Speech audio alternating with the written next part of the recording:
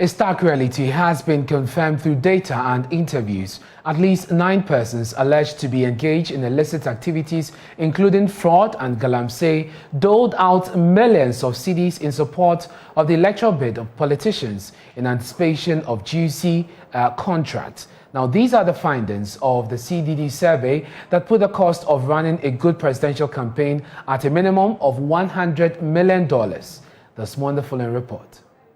Researchers engaged residents of Greater Accra, Eastern, Ashanti and Western regions. At least 40 informants were interviewed. Cost of making a parliamentary bid was placed at 4 million cedis, while that of presidential elections was $100 million. The other part, which was a surprise, we didn't set out to get this data, was trying to estimate the cost to run for president. And at the validation sessions, we found, or we were told, that it will cost about $100 million. And these estimates were given by people who had been part of presidential campaigns, very high up. We didn't set out to find this one, but it came to us.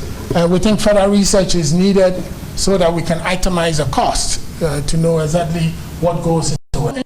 9 persons alleged to be engaged in illicit trade are said to have financed the election bid of some candidates. In terms of what we found, we identified 9 financiers of candidates and political parties, funding to them, who were engaged, who were allegedly engaged in illicit activities and funneling the money back. And these financiers were engaged in illegal mining, Galamseyers. Ever wonder why it's so difficult getting this problem solved? Illegal oil distribution, bunkering in the coast, particularly in the oil city. The political parties are not surprised but want reforms. Our expenditure as a nation has increased at all levels, from personal to institutions to political parties.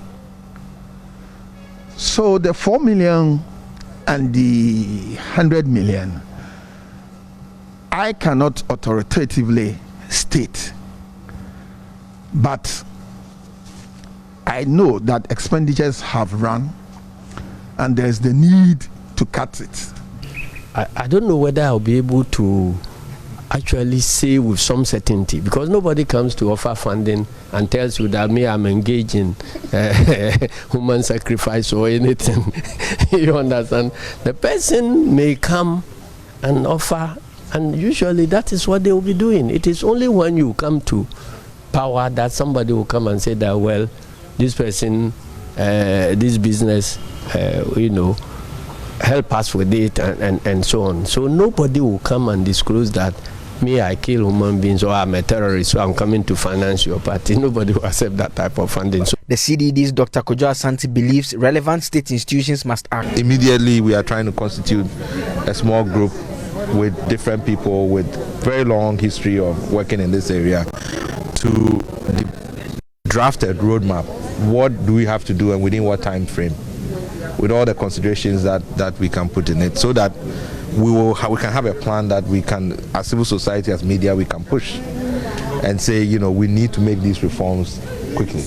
Only time will tell whether the needed amendments to check campaign financing will be followed through.